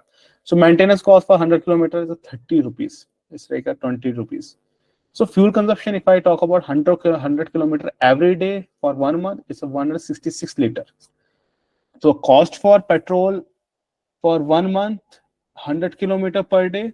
If I running 100 kilometer per day, and how much fuel cost for 166 liter? It is 1,61,660 rupees. And the carbon emission for 1 month is 8.4 kg. And similar, if I go with the 1 year, we are spending, I think there is some error in the 1 month calculation. It's I think 16,000. And for the 1 year, it is 1,93,000. So it's a 16,000 basically. Is some error. And carbon emission in 1 year we have said 100 kg. So this is something person is spending for 100 kilometer every day, 365 days, spending 1,90,000, almost 2 lakh rupees for 100 kilometer every day in Maruti Eco, and he's emitting 100 kg of carbon. So if we convert it to electric, so if I'm using their 12 kilowatt of pack for 100 kilometer or 14 kilowatt, so taking 7 rupees unit electricity unit, so it cost 126 to 150. Carbon emission is 0. Maintenance cost is 5 because it is having very less maintenance. Electric consumption is 540 units per month for 100 kilometer, and for the electricity cost, there it is spending 16,000 rupees. Here he has to spend only 3,700 rupees. Carbon emission for 1 month is 0. The electric consumption for 1 year is 6,480, and just look at this number, 1,93,224 for 1 year, 45,360 for 1 year. So this is the difference you have to tell the customer. So this is your saving. If you spend a 6 lakh rupees in your conversion car, you can recover your money within 2-3 years. And 8 years of the life is for the battery. So this is the big difference you have to go with. So now the end part of our today's session is a case study. So this is Ace Electric Crane, where we are the technical partner for this. And the challenge for that, this is basically, it's a F-150 action construction equipment. You can see this in the website. So it's basically in the petrol version. So we got opportunity to, I got opportunity to meet with the owner of the company, who said that we are working on this, and if you can work on this for the consultation, being a technical partner. So we start working on this crane. So here in this crane, it is basically a diesel crane. So they said that what you are doing, replace it in here, but with a big scale. So basically this crane is retrofitted, but it's a OEM product. Like it is similar way. I told you in the starting that new vehicle, old vehicle, new EV, retrofit EV, it's the same. Only chassis makes a difference. So we went to factory where these cranes they manufacture it's in the Faridabad, Palwal. So they pull out the engine, diesel engine. They said, now you make it electric. Tell us how we can make, and their team, and it took 1 year for us to brainstorm. The challenge for this crane was the powertrain, battery, load capacity, duty cycle, gradability, compliance, charging cycle. Powertrain, first of all, big issue because it's a 4x4. Second, battery, because it is not something, 10, 20 kilowatt you required. Load capacity is 30 ton. This whole crane is, 15 ton and it lifts 15 ton. The, customer requirement is very clear. 15 ton, it will, lift. Total capacity is 30 ton. Duty cycle. What is duty cycle? In the construction vehicles, their mileage is not something we require. We count, their duty cycle is count. Okay, it counts for 12, 13 hours of duty cycle. Gradability, because it will not, it is not something which will run on a highway. It has to go with the off-road, it has to go in a very different terrain. So gradability there. Compliance, because whatever you are making, it has to comply with the government rules and government norms. And then charging cycle. So this is something a very similar way the electricity is explained, how it works. So if your wire is less, this is volt, this is ohm. So I can say in this picture, you can understand the whole electricity, how it works and what does the electricity means. So for this thing, I have to calculate what are the motor. I mentioned in the earlier slide, we said, first of all, assessment, we know, then power motor calculation, then battery calculation, then compliance. We go with this calculation. You can see it's a handwritten. Sorry for the, my handwriting is not that good. So the crane was basically, it's a lifting capacity. The client requirement is 15 ton. Operating weight is 15,525 kg, which is 15 ton. Transmission synchro mesh. Top speed 40 kilometer. Gradability is 40% unladen. So it is very clear that this is the same petrol. It is basically on the diesel engine, not petrol. They want to replicate in the electric. I told you the best way to make the car electric is that to replicate the petrol diesel car with this electric power, with our electric power. It's the best way because the person is driving already that vehicle in the petrol. Obviously, it will get better if you use the electric, but first your vision is that to replicate that. They want the same gearbox because they said you have to just replace what your architecture here also. So we use the first hill climb for this is the mass into gravity into sine theta. Mass we are having 15,525, gravity 9.8. Sine theta we get from the gradability. If you convert the 40% gravity into the angle, so you will get the value of 0.366. You will get on the Google easily. So this is the force we get. It's a 55761.29 Newton. So these are the formula which I have basically made. It is something which works for me always. And yes, it is a basic formula also, but this is something tricky formula. I can say that some kind of I can say most quick way to understand this. So the total power is that total force into speed. For the speed, we have to take it in the meter per second. So 40 kilometer was the requirement. We have to divide it with the 5 by 18. It's on the Google as well to convert it to meter per second. It's 11.11. So force was 556,761 Newton multiplied by speed 11.11. You get the 77 kilowatt of power. This is the power you have to require for your motor, for your crane to run. This is the very simple, easy formula I have developed from where you get the power rating of the vehicle. But for that, all this data has to be very clear. But these formula vary because I'm talking about the one case study of my crane. Here the things are different, but you can implement in other also. So But what is operating weight, sir? Operating weight is 15,525. It's a 15 ton basically. So total weight GVW is 30 ton, 30,000 kg. What do you mean by operating weight? The lifting weight. This Yes. bomb. Okay, fine. Yes, this is the bomb.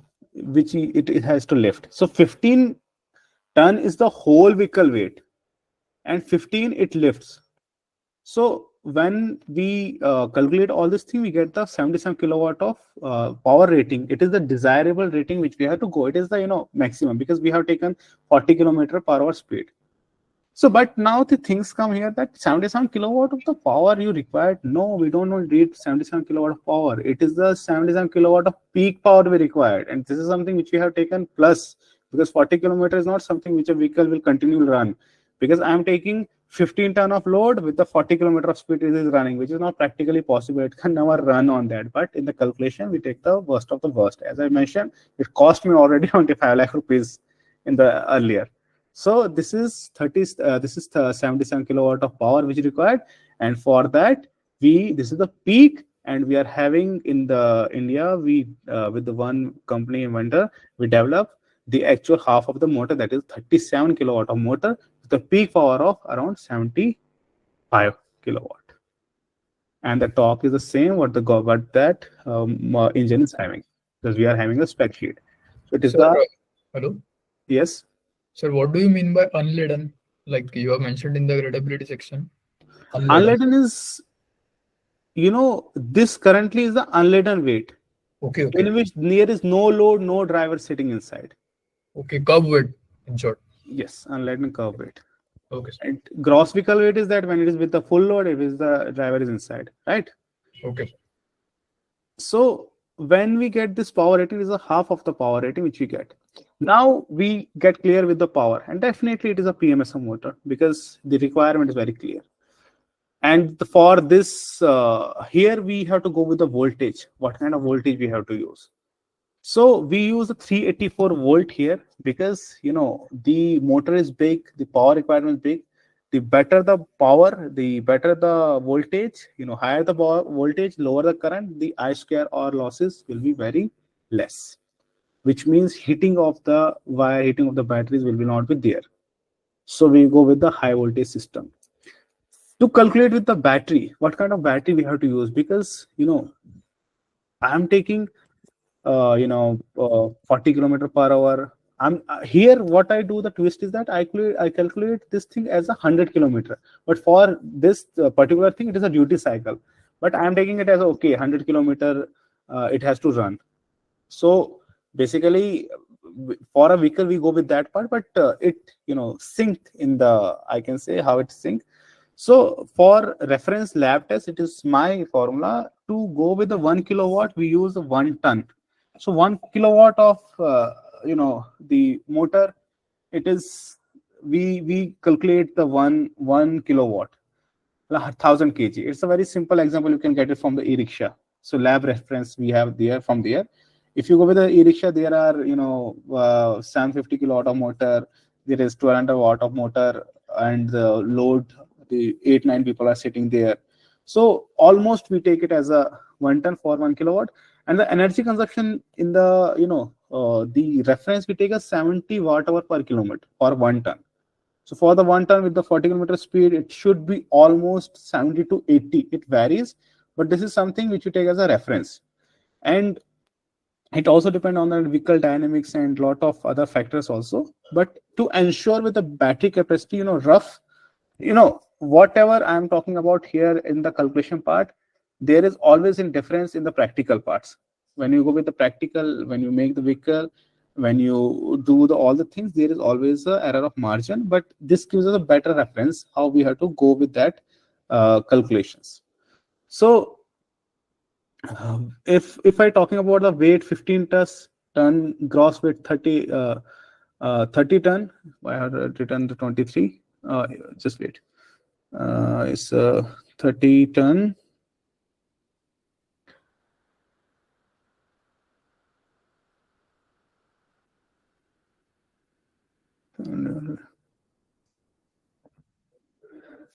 It's a 23 ton basically. It's not a 30, I guess. So here this is so it's a 15 ton, and the lifting capacity is not 15 ton. It's something I think around 11 ton. So that makes 23 ton. So okay, if you take it to 30 also, so you have to multiply 70 into 30, because I mentioned here that we take 70 watt hour per 1 ton. So it's basically 70 watt hour. You have to multiply with the 23. Either we take it 30, but for the 40 kilometer per hour. So we are just taking currently, assuming it is not any kind of crane. We are just assuming it as a vehicle, electric vehicle. So for that we are doing calculation. So for 100 kilometer running at 40 kilometer, we have to just multiply the value which we get it from here to the kilometer. There we get the kilowatt hour of the battery consumption, and taking 20% DOD in that, it is a 193 kilowatt. It's not km, it's a kilowatt hour, which required the battery for running this vehicle for 3 hours with the 40 kilometer speed to 100 kilometer. But that is not something in the crane, because here we need the duty cycle. So what does basically this means? And the battery which we use in this vehicle is the same. It's a 150 kilowatt hour battery which we used. So the calculation, this formula which I mentioned here, it was almost the same, because I have taken a lot of margin of error here. I have taken the 43 kilowatt hour more, because there are a lot of things which it is basically a rough formula which we are using, but there are better. It depends on the type of gear, type of wheelbase. Lot of things are inside which you have to go with the very at every single step you have to calculate. But these are some kind of check your the assumption, to check your motor, what kind of motor you're using. So this is the photo when we start working on it. This is during the launch. Is the owner of the company. So when it was launched, but there are a lot of challenges in this crane. So in this crane, when we made this crane, this is the motor was accurate, the power rating was accurate, which we made. The battery was also there. Now, if you know that in this crane there is 5 ton of weight which is installed here. It is in the form of iron dust and also iron, but here in the petrol one, here you can see this is the petrol one, diesel one. I'm again saying here it is engine which we have removed. So in this vehicle here, the company uses the 5 ton of the iron dust and iron, the load basically, to ensure that when it lifts the 15 ton of weight, or 10, sorry, it's not 15, it's 10, 11 ton of weight, it will get balanced. Otherwise, what happens that if it lifts the weight, there is no weight here, it will get down from this side. So they always keep the weight here. In this battery, what now we have the issue here, that the cost analysis. Now we calculate that, okay, if we are using 150 kilowatt hour of battery in this crane, it costs only 25 to 30 lakh rupees for the battery. So how it can be achievable? Because this crane which is available in the market with 18-20 lakh rupees, it costs 40 lakh rupees, and there is no sense to buy this motor crane. Then we keep brainstorm, and we come to conclusion that we will use the lead acid batteries here. We use the Excite batteries, which is giving us same power but not a normal batteries, lead acid battery with a good grade. So the batteries, for the graphene batteries, what the issue is that they are very bulky, they are having very big weight. Lithium is not having that weight. So that weight, blessing in the disguise basically, that weight we use as a counterweight here. So it provides the power, but it also provides the counter. Otherwise, we have to use a 5 ton of iron to ensure the management of weight balancing of the crane. So that battery gives us the counterweight also, and make the price half of the from the lithium. So this is the thing which we have. Then this, I don't know what is the cost of this, but that makes a very big difference in this whole crane. And here also we see the challenges such as that the vehicle is not running at 30 kilometer per hour speed. Like basically 40 I'm talking about, but it is 25 kilometer per hour, which they permit to this crane. And we see that there is heating issue again and again. Then we work on the compressor side to ensure it's all hydraulic system, because all the things are running from the engine, we couple it with the motor, and most amazing thing, what an innovative thing we develop in this crane is that only a single motor is running the vehicle, running this boom also. So here is the one compressor which hydraulic, or not compressor, hydraulic, which run this crane boom. So one single motor is doing all this thing. So this is the innovation, this is the tech which is developed in the total in India, and this is how we have to solve the problem. So this was the one case study which we work on, and this is successfully launched by Shri Nitin Gadkari ji last year.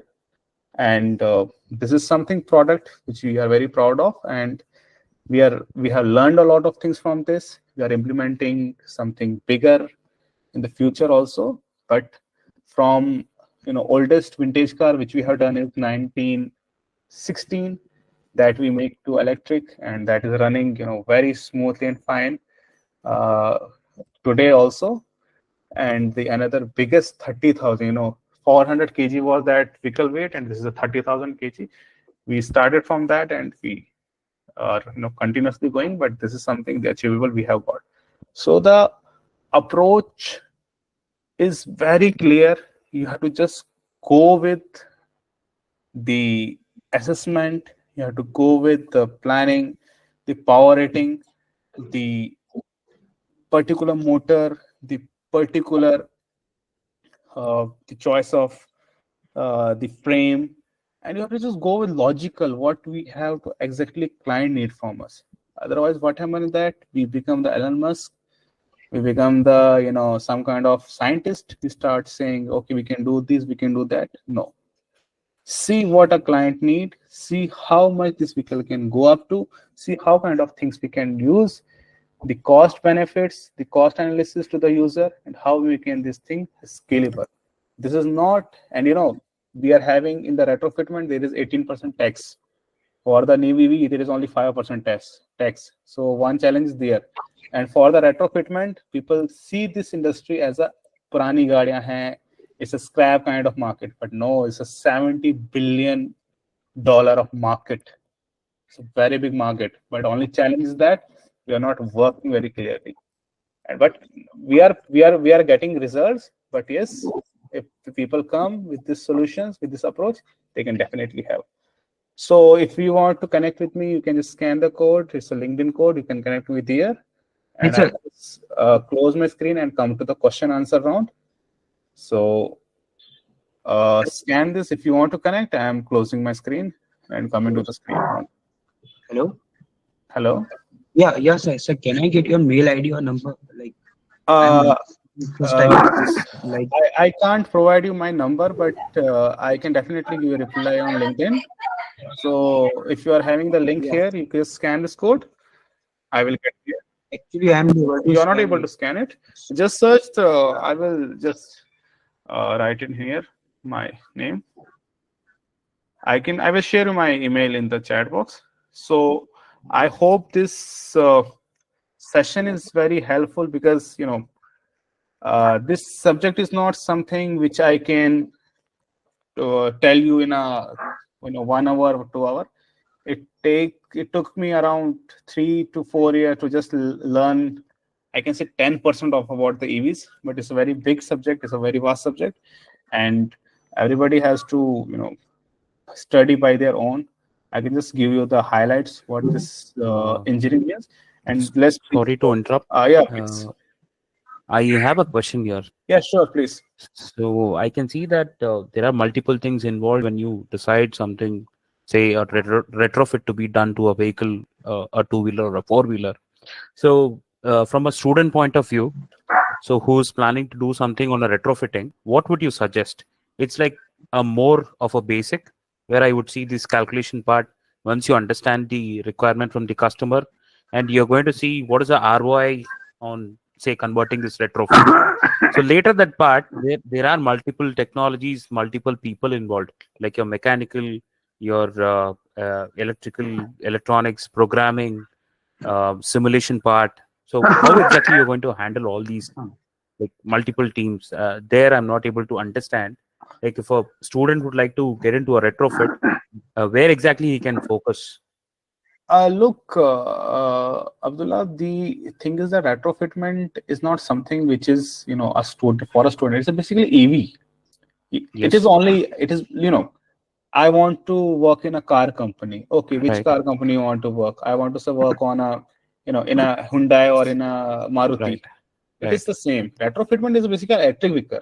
You are not making something, totally different thing. It is the same EV, same only chassis there.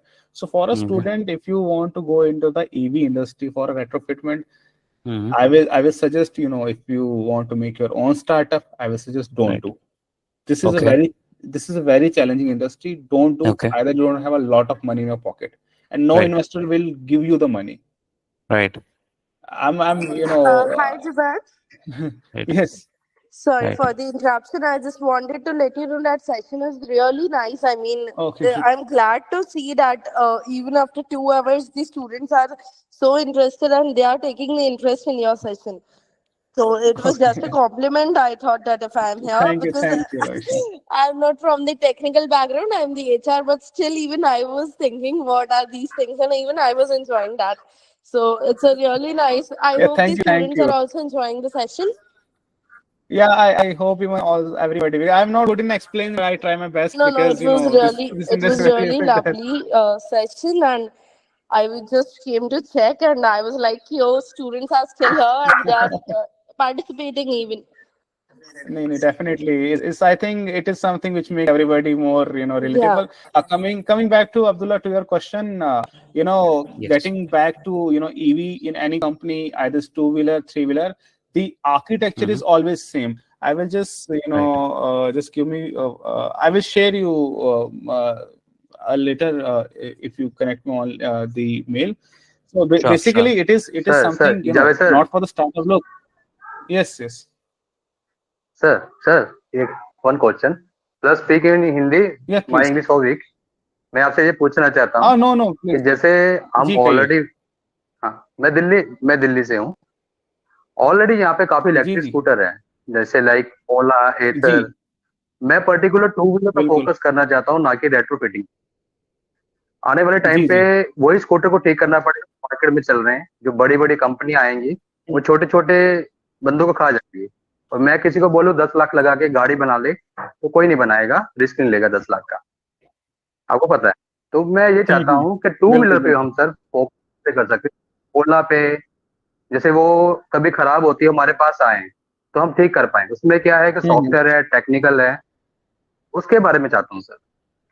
Two-wheeler में focus करना चाहता हूँ. आपका नाम क्या है? मेरा नाम बलविंदर है. आपका ड्रीम ईवी लिख के. बलविंदर जी, देखिए मैं आपको ना एक बड़ी कड़वी बात बताऊंगा.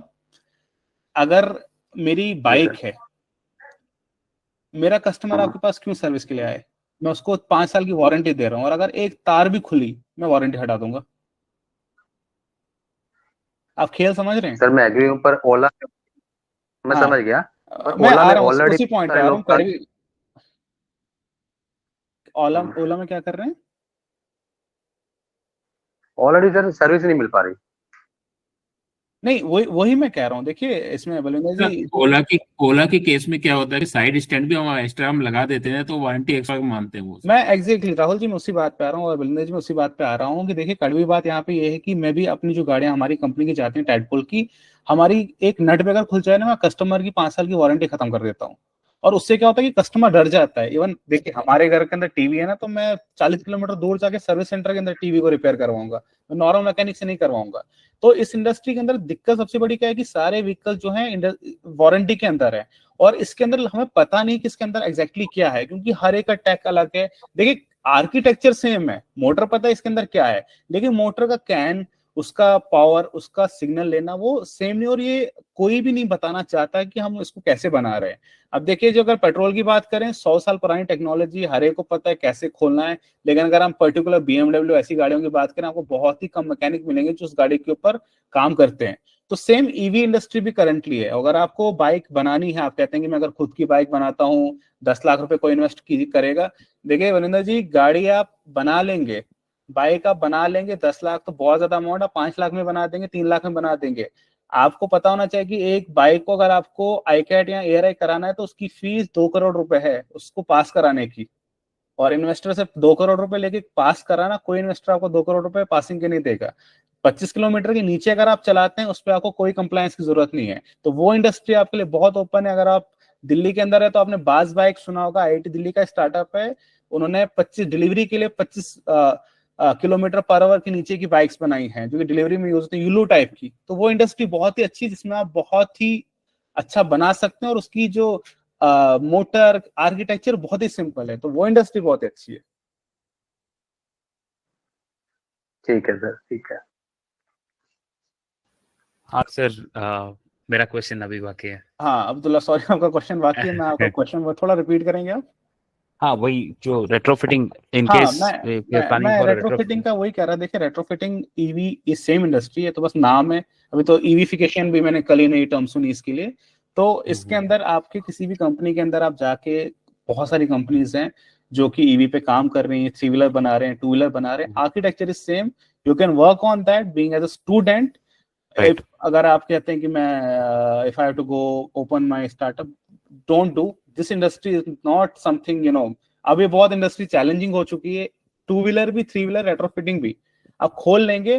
बट आई टोल्ड यू, जितना मैंने आपको अभी तक बताया, ये जब मैंने शुरू किया था मुझे नहीं पता था, मुझे तो कुछ नहीं पता था कि कंप्लायंसेस क्या होते हैं, आर्किटेक्चर के, तो कर करके सीखा और अभी भी सीख ही रहे हैं। मैं इसलिए कहा कि मैं 10% ही शायद ईवी के बारे में समझता हूँ और जानता हूँ। बहुत बड़ा सब्जेक्ट है।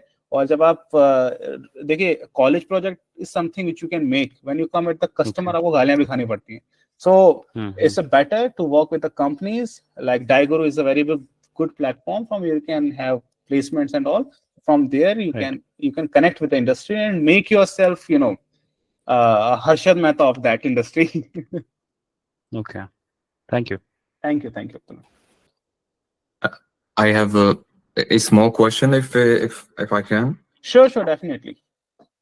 So first of all, thank you, Jawad. Thank you, Lavisha, and everyone at DIYguru. And I'm already a student with you. So my question is about the crane, the F-150 crane. You have been like retrofitting. So I know that the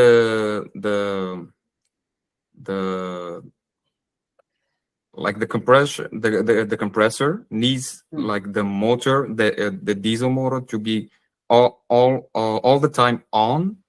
To feed it, like to feed the hydraulics and stuff. So how did you tackle this? Like how did you deal with this? Do you like plug in the crane all the time to electricity, or do you have like something to deal with this?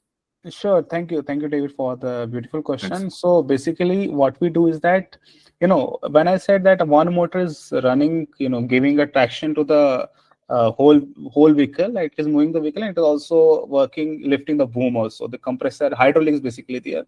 So there is one reducer there. When you plug that reducer, it gets disconnected from the tires, like with the powertrain, and it gives power to the boom. And yes, the motor has to run continuously, but there one challenge which came with us is that to run the motor at the exact RPM, because when you lift the load, you need the higher RPM. It's same with the engine also.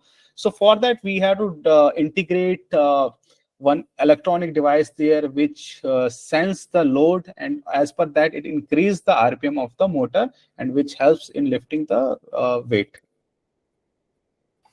Thank you very much. Thank you. Thank you.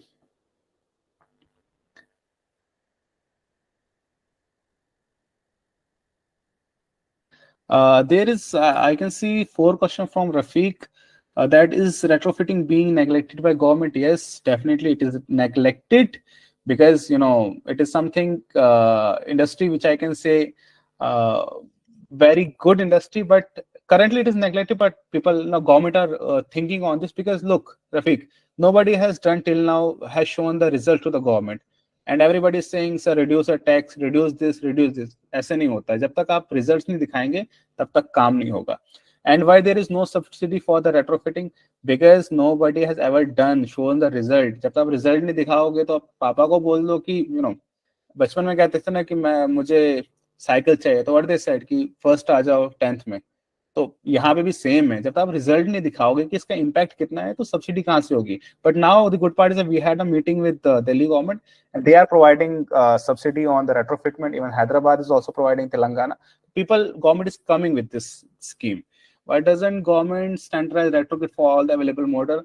This is really the question, even we had put it in front of the ministry also, but मुझे लगता है कि करने से ही होगा, और जितना हम करेंगे वैसे ही रिजल्ट दिखेंगे. क्योंकि अभी मैं बात करते हैं, अगर कोई भी, मतलब मैं क्या बात करूं, कोई भी ऐसा प्लेयर, रेट्रोफिटिंग प्लेयर जो है, अगर अपना प्रपोजल गवर्नमेंट के आगे रखता है कि आप स्टैंडर्डाइज कर दो रेट्रोफिट्स को, सारे मॉडल्स, या फीस कम लो, तो अभी कोई मतलब नहीं बनता है. क्योंकि जब तक हम रिजल्ट्स नहीं दिखाएं, जब तक हम एक प्रूवन ट्रैक रिकॉर्ड नहीं दिखाएं, तभी गवर्नमेंट में सीरियसली लेगी. Is retrofitting a profitable business? Definitely it is a profitable business, but it is the business in which you become the default OEM.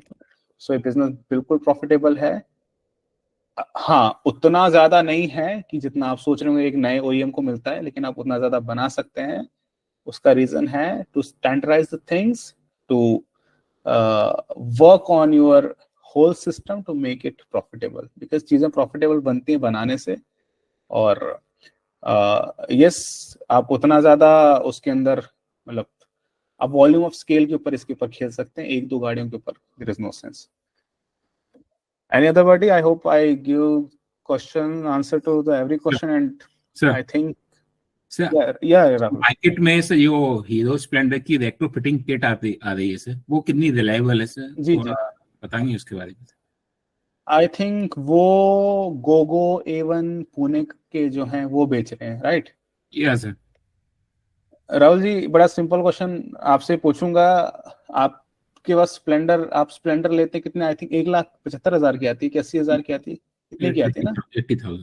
80,000 ना. और राहुल जी, उसके अंदर मैं आपको कहता हूं कि आप इसके अंदर रेट्रोफिटेड किट लगा दीजिए 90,000 की. Does it make a sense? Yes sir, right. तो बात ही खत्म. रिलायबिलिटी तो बात तब पहुंचती है जब मैं उसको पहले इकोनॉमिकली तो जस्टिफाई करूं. मैं 50,000 की चाइनीज स्कूटी खरीद लूं, मैं 90,000 में एथर ले लूं, ओला ले लूं. So if you are having a better off in the market, why you go with the retrofitment? I told you in the starting, you have to choose the market very wisely. मैं किस segment के ऊपर काम कर रहा हूँ. अब मान लीजिए अगर मैं ट्रक को इलेक्ट्रिक करता हूँ, एक like we had opportunity from Birla groups, जहाँ पे उनके दिन का 25 लाख रुपए का डीजल चलता है, और अगर वो अपने उन ट्रक्स को इलेक्ट्रिक करते हैं, अपना कैपिटल लगाते हैं, तो उनके हर दिन का जो बजट है डीजल की, वो है आपकी कुछ नहीं इलेक्ट्रिसिटी काट के, सारा मेंटेनेंस काट के आपके 22 लाख रुपए हर दिन के बच रहे हैं, इवन उससे भी ज्यादा. तो उस मार्केट को टारगेट करें जहां पे प्रॉब्लम वाकई है. अब स्प्लेंडर जो चला रहे हैं वो 90,000 रुपए आपको स्प्लेंडर इलेक्ट्रिक करने के देगा. तो choose your market and customer very wisely. Okay sir. Manish ji, आपने हाथ रेज किया है. Manish Sahu.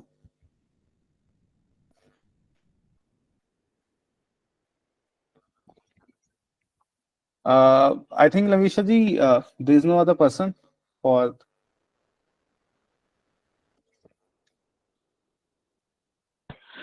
Sir, I just texted you something. Let me just. Can you please pardon the question? Can you please come back? Modification that you make to make a better major, how you to apply to make it trusted branding where people feel it. Yes, definitely, Vishnu. It is definitely like modification that you make to vehicles, but a major one. How do you plan to look? Branding. Trustworthy. It always become with your work and with your choice of the components. And brand is not built in a one day.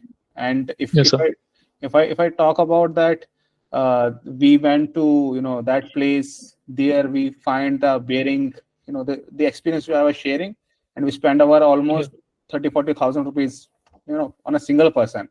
So that is how you make your brand, how you make your people trustworthy, because that is our fault. We have not taken care of these things in the starting, in the table.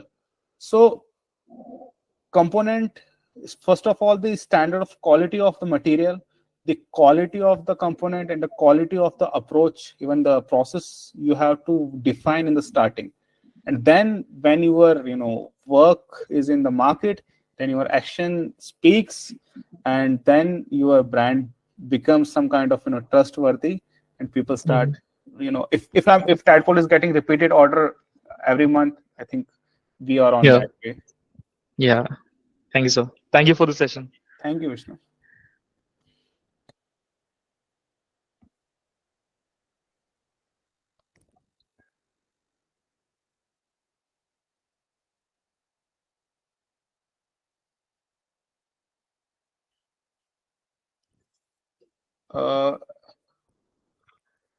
All right, I think all the questions are clear. If you have any question, feel free to approach me.